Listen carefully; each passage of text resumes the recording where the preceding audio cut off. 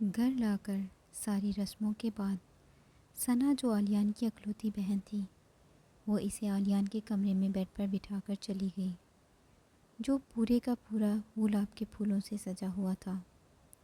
کچھ دیر خالی خالی نظروں سے کمرے کو دیکھتے رہنے کے بعد فجر نے باری باری سارے پھولوں کو توڑ توڑ کر پورے کمرے میں پھیلا دیا اور روتی روتی زمین پر بیٹھ کر گھٹنوں میں سر دے دیا۔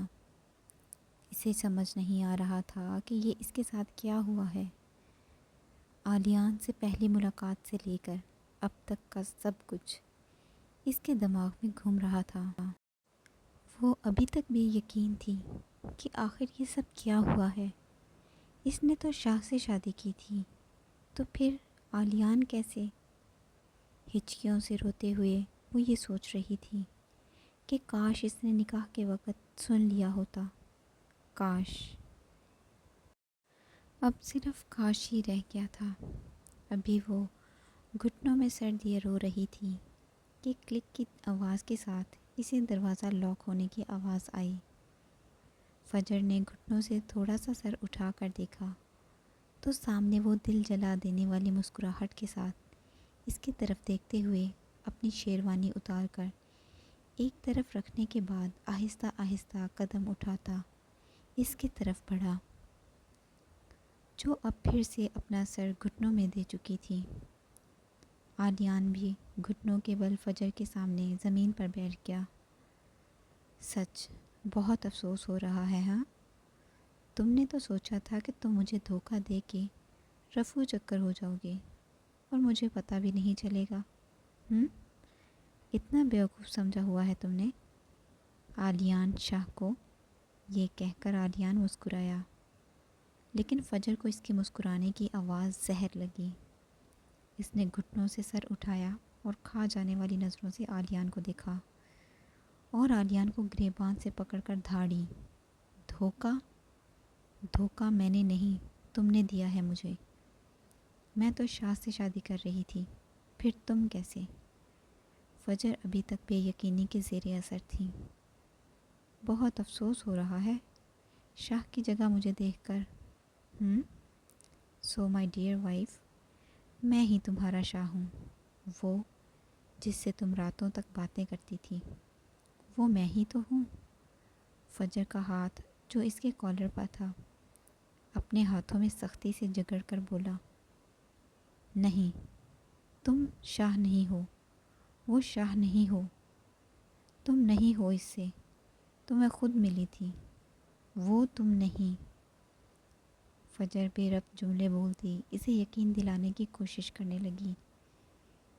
سچ لگتا ہے اپنی ہار ہضم نہیں ہو رہی، آرام سے کہتے ہوئے عالیان نے اچانک فجر کے ہاتھوں کو اس کی کمر کے پیچھے کیا۔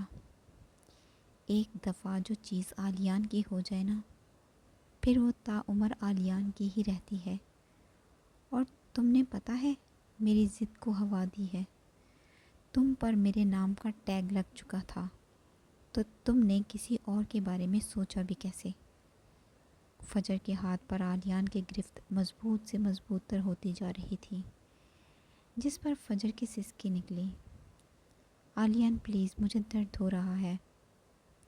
بس اتنا درد برداشت کرنے کی ہمت تھی؟ ابھی تو یہ شروعات ہے، ابھی تو تم شدتیں دیکھو گی۔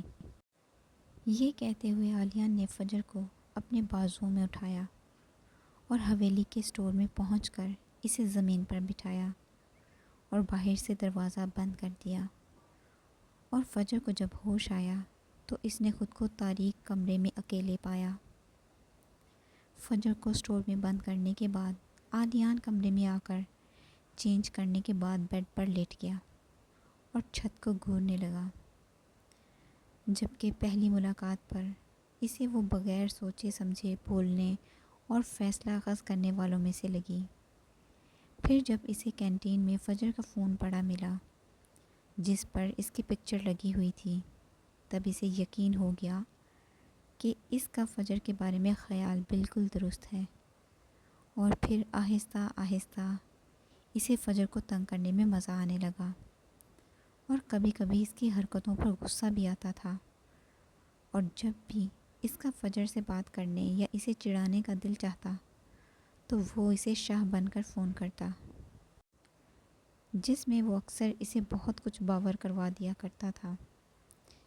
اس کا چڑھنا، غصے سے ناک پھلانا اسے بہت اچھا لگتا تھا، اور جب اس نے فجر کا فون توڑا تھا تو فجر کی آنکھ میں نمی دیکھ کر اس کے اندر کچھ ہلچل ہوئی تھی۔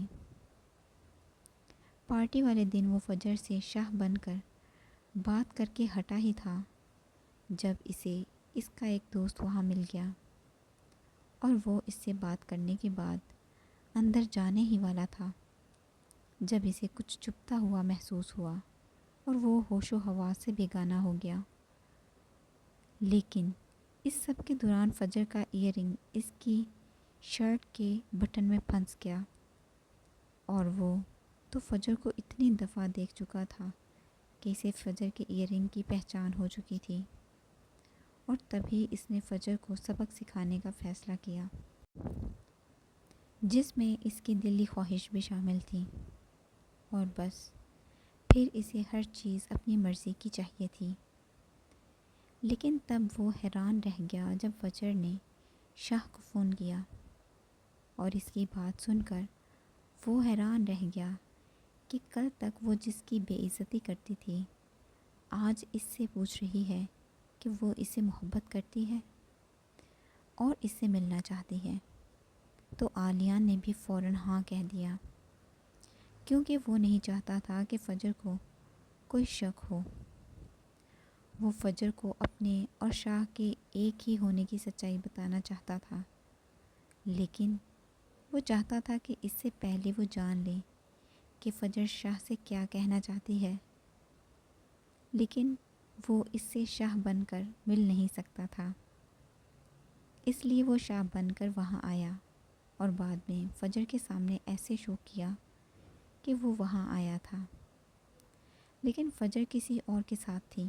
اور پھر جب فجر نے فون پر اسے بتایا کہ وہ شاہ سے شادی کرنا چاہتی ہے تو عالیان کے اندر غصے کی چنگاریاں چلنے لگیں کہ اس کی بیوی ہوتے ہوئے اس نے کسی اور کے بارے میں سوچا بھی کیسے، پھر چاہے وہ کوئی اور وہ خود ہی کیوں نہ تھا۔ اس لیے اس نے فیصلہ کیا کہ اب وہ شاہ والا ناٹک جاری رکھے گا، اور وہ فجر سے ملنے کا انتظام بھی کر چکا تھا۔ وہ ماسک پہن کر فجر سے شاہ بن کر ملنے آیا اور اسے اپنی محبت کا یقین دلایا، اور اس کے ساتھ ساتھ اس نے عالیان بن کر فجر کو ملنے کا کہا، اور جب وہ نہیں آئی تو وہ اسے اپنے ساتھ لے گیا، اور وہ جاننا چاہتا تھا کہ وہ اسے شاہ کے ساتھ موجودگی کا کیا جواز پیش کرتی ہے، اور اس نے فجر کو وارن کیا کہ وہ اسے کسی اور کے ساتھ نظر نہ آئے، اور وہی ہوا جو اس نے سوچا تھا۔ فجر نے عالیان کی دھمکی سے ڈر کر شاہ سے ملنے سے انکار کر دیا تھا۔ پھر اس کے پیپرز سٹارٹ ہو گئے جس میں وہ کافی بزی ہو گیا، پھر بھی وہ فجر سے بے خبر نہیں تھا، اور اس دن جب فجر نے اسے ڈیل کا کہا کہ وہ اس سے شادی کر لے گی، لیکن 1 مہینے تک وہ اس سے نہ ملے، تب ایک پل کو تو وہ فجر کی چالاکی پر حیران رہ گیا تھا، لیکن ساتھ ہی ساتھ اسے فجر پر ہنسی اور ترس دونوں آیا کہ وہ اسے بیوقوف بنانے کے چکر میں خود بیوقوف بننے والی ہے۔ اس نے فجر سے ڈیل کر لی کیونکہ وہ جانتا تھا کہ فجر یہ ڈیل اس لیے کر رہی ہے تاکہ اس کی شادی آرام سے ہو جائے اور اسے علم نہ ہو، اور پھر اس نے بھی ڈیل پوری کی، لیکن اس کے اندر ایک چنگاری بھڑک رہی تھی کہ آخر فجر نے اسے دھوکہ دینے کا سوچا بھی کیسے، اور پھر جب وہ فجر کے دھوکے کے بارے میں سوچتا تو وہ جنونی ہو جاتا، اور اب بدلے کی باری اس کی تھی۔ اسے فجر کے بارے میں اتنا تو پتہ چل گیا تھا کہ اسے اندھیرے سے ڈر لگتا ہے، اس لیے اس نے فجر کو اسٹور میں بند کیا جہاں لائٹ نہیں تھی، اور یہ تو بہت چھوٹی سی سزا تھی اس کے دھوکے کی۔ اس نے گھڑی کی طرف دیکھا تو اسے لیٹے لیٹے 2 گھنٹے ہو چکے تھے۔ وہ اٹھا اور اسٹور کی طرف بڑھ گیا۔ اسے گھٹنوں میں سر دیے کر روتے ہوئے کتنا وقت گزرا اسے پتہ ہی نہیں چلا۔ اسے تو بس یہ پتہ تھا کہ وہ اس تاریک کمرے میں اکیلی ہے۔ ڈر سے وہ آنکھیں ہی نہیں کھول رہی تھی اور وہ مسلسل رو رہی تھی۔ تبھی اسے دروازہ کھلنے کے ساتھ کسی کی قدموں کی چاپ سنائی دی۔ فجر نے آہستہ آہستہ گھٹنوں سے سر اٹھا کر اپنی لال آنکھیں کھولیں اور دروازے کی طرف دیکھا، جہاں باہر سے آنے والی ہلکی ہلکی روشنی میں اسے آلیان کا چہرہ نظر آ رہا تھا۔ اس پل یہ سوچے سمجھے بغیر کہ اسے اس اندھیرے کمرے میں بند کرنے والا بھی وہی تھا، فجر اپنا بھاری لہنگا اٹھا کر بھاگنے کے انداز میں آلیان کے سینے سے جا لگی۔ آنسو بہاتی وہ ڈر سے کانپ رہی تھی۔ آلیان پلیز مجھے یہاں سے لے جاؤ۔ الفاظ ٹوٹ کر ادا کرتے ہوئے وہ اس سے التجا کر رہی تھی، اور اس کی التجا شاید سن لی گئی تھی۔ جو آلیان اسے اپنے ساتھ لگائے کمرے کی طرف چل پڑا اور اسے صوفے پر بٹھا کر اسے پانی تھمایا اور خود اس کے سامنے بیٹھ کر بغور اسے دیکھتے ہوئے بولا، جو پانی پی رہی تھی، بس اتنی سی ہمت تھی۔ جھوٹ بولتے ہوئے، دھوکہ دیتے ہوئے تو بالکل ڈر نہیں لگتا تھا، اور 2 گھنٹے اندھیرے میں بند رہنے پر دیکھو کیا حالت ہو گئی ہے۔ سچ بتاؤں، ترس کھانا چاہتا ہوں تم پر، لیکن کیا ہے نا، آلیان شاہ کو دھوکہ دینے والے کو وہ سزا ضرور دیتا ہے، پھر چاہے سامنے اس کی بیوی ہی کیوں نہ ہو۔ اور تم نے تو بہت بڑی گیم کھیلی ہے۔ یہ الگ بات ہے کہ تم اس گیم میں کامیاب نہیں ہوئی۔ آلیان پلیز ایسے مت بولو، میری ایک بار شاہ سے بات کروا دو۔ فجر کے نفی میں سر ہلا کر کہنے پر پہلے تو آلیان ہنسا، لیکن پھر دھاڑا، تمہیں سمجھ نہیں آتی کیا؟ کوئی اور نہیں ہے، صرف میں ہوں۔ وہ جو تمہیں فون کالز کرتا تھا وہ بھی میں ہوں، وہ جو تم سے عشق کے دعوے کرتا تھا وہ بھی میں ہوں، جو تم سے ریسٹورنٹ میں ملا تھا وہ بھی میں ہوں، اور جس سے تمہاری شادی ہوئی ہے وہ بھی میں ہوں۔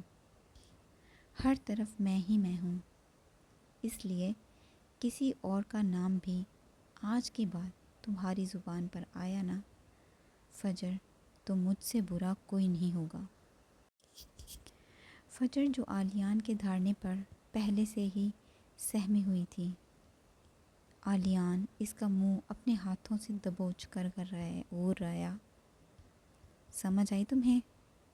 فجر نے سہمی ہوئی پلکوں اور درد سے فوراً اسبات میں سر ہلایا تو عالیہ نے اس کا منہ چھوڑا اور جا کر بیڈ پر لیٹ گیا، جبکہ فجر ابھی تک صوفے پر اپنی جگہ پر جم کر اس طرح بیٹھی تھی، اور جب کافی دیر تک وہ اپنی جگہ سے نہ ہلی تو آلیان چڑھ کر بولا، اب کیا پوری رات یوں ہی بیٹھے رہنے کا ارادہ رکھتی ہو؟ جاؤ چینج کر کے آؤ۔ آلیان کے کہنے پر فجر کے وجود میں حرکت ہوئی اور وہ اٹھ کر ڈریسنگ روم کی طرف بڑھ گئی۔ 5 منٹ بعد جب وہ واپس آئی تو آلیان اب بھی ویسے ہی آنکھیں کھول کر لیٹا تھا۔ اور فجر کو باہر آتا دیکھ کر بولا، یہاں آؤ۔ یہ کہہ کر وہ خود دوسری سائڈ پر ہو گیا اور فجر کو اپنی چھوڑی ہوئی جگہ پر اشارہ کر کے بلایا، لیٹو۔ پہلے تو فجر چپ چاپ اس جگہ کو دیکھتی رہی، لیکن پھر عالیان کے گھورنے پر لیٹ گئی تو عالیان نے اس کے اوپر کمبل درست کیا اور اس کے کان میں سرگوشی کی، آنکھیں بند کرو اور سو جاؤ۔ یہ کہہ کر عالیان فجر کے بالوں میں منہ چھپا کر خود بھی سو گیا، جبکہ فجر کی تو وہ راتوں کی نیندیں اڑا چکا تھا۔ سعد اور فائزہ بیگم تھوڑی دیر سے شادی میں شریک ہوئے تھے، لیکن بہرحال ہو گئے تھے، اور پوری بارات میں سعد کی نظریں بھٹک کر بار بار پری پر جا رہی تھیں، جو انتہائی خوبصورت لگ رہی تھی، لیکن اسے ایک بار بھی پری سے بات کرنے کا موقع نہیں ملا تھا، کیونکہ وہ ادھر سے ادھر پتہ نہیں کن کاموں میں مصروف تھی۔ لیکن رخصتی ہوتے ہی سعد نے اسے جا لیا اور ساتھ ہی ساتھ ابھی گھر چلنے کا حکم بھی صادر کر دیا، جس پر پری غصے سے دانت کچکچا کر رہ گئی، کیونکہ اسے ولیمے کے بعد جانا تھا۔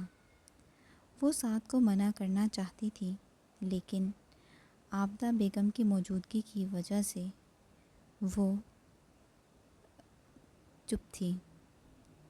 ایک تو پہلے ہی اسے سمجھ نہیں آ رہا تھا کہ شاہ کی جگہ عالیان کیا کر رہا تھا۔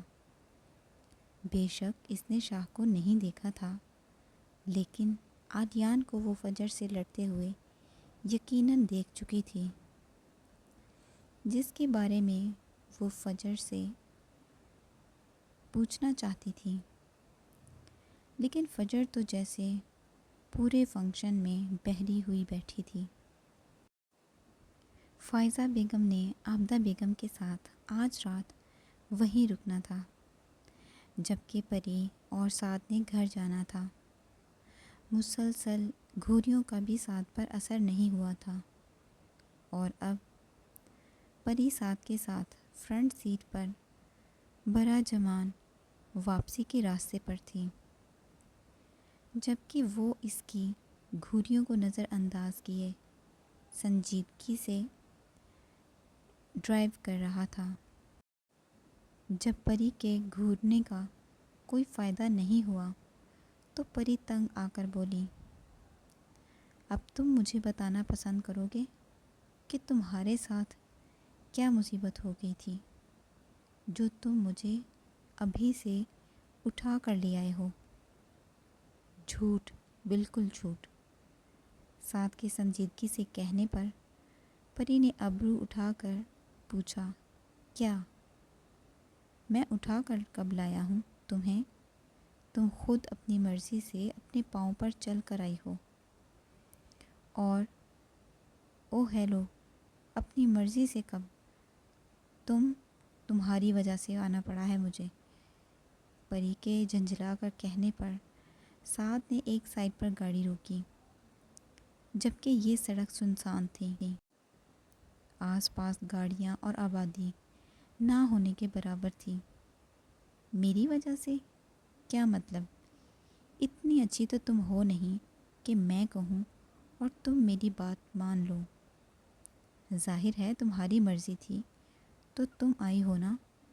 سعد اپنا رخ پری کی طرف موڑ کر بولا، میری مرضی؟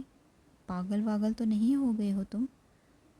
میں نہ صرف ماما کی وجہ سے مانی ہوں، اور تم بتاؤ نا ذرا کہ یہ شوشہ چھوڑنے کی کیا ضرورت تھی، جب تمہیں اچھی طرح سے پتہ تھا کہ مجھے آج واپس نہیں آنا۔ تم سے تو نا میرا سکون برداشت ہی نہیں ہوتا۔ کیا ہو جاتا اگر میں سکون سے فجر کی شادی اٹینڈ کر کے واپس آ جاتی؟ لیکن نہیں۔ پری جس کی زبان چلنا شروع ہو چکی تھی اور جس کا اب رکنا مشکل ہی تھا، وہ کچھ لوگوں کو دیکھ کر رکی جو بائک پر تھے اور اب بائک سے اتر کر انہی کی طرف آ رہے تھے، جبکہ ان کے ہاتھ میں گنز تھیں۔ پری کی نظروں کا تعاقب کرتے ہوئے سعد بھی انہیں دیکھ چکا تھا، لیکن اس سے پہلے کہ وہ کچھ کرتا، وہ لوگ ان کے سر پر پہنچ چکے تھے۔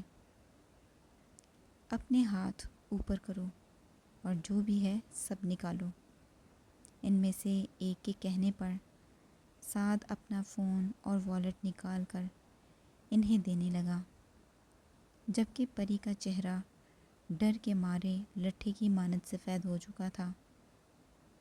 اصل مال تو یہاں پر ہے۔